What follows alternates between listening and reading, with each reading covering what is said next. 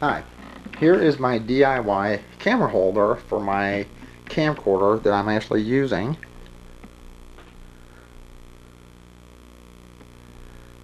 Now basically it's a piece of 2x3 with a hole drilled through the center. It's a clamp, hose clamp, some 1/4" bolts. Now I can tighten these down to adjust how it sets, and then I got a 1/4" bolt on top. Now I do have JB Weld on here. What I did was I drilled a hole through the center and put JB Weld on the top. If you don't have JB Weld, what you can do is drill a hole through the center, stick this in some water, let it sit for about 3 days. You know, it depends on how your hole is.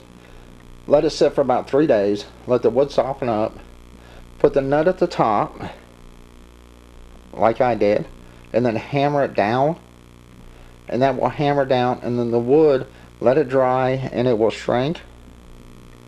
Right there, it'll shrink. And I have it held on with just a regular C-clamp.